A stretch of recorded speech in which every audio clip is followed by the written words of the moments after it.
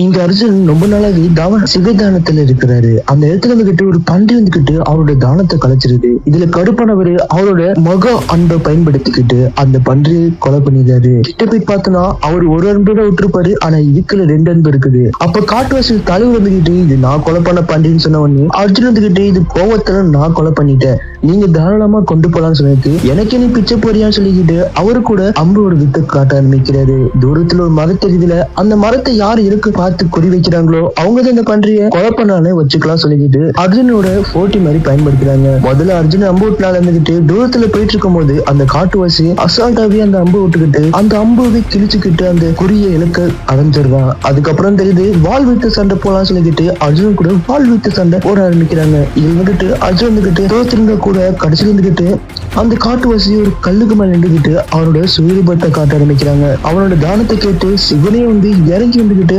அர்ஜுனுக்கு ஆசீர்வாதம் பண்ணிட்டு இருக்கிறாங்க. அவரோட ஆசைகளை கேட்கும் போது சரியா சிவனத்துக்கு வந்துகிட்டு என்னோட பேரை சொல்லி அழைக்கிறியோ அதனால வந்துகிட்டு உனக்கு மகா சித்தி கிடைக்கும் என்று சிவன் சொல்லிக்கிட்டு அந்த இடத்த விட்டு மறைஞ்சு போயிடாரு. இந்த வீடியோ பிடிச்சிருந்தா லைக் பண்ணிக்கோங்க.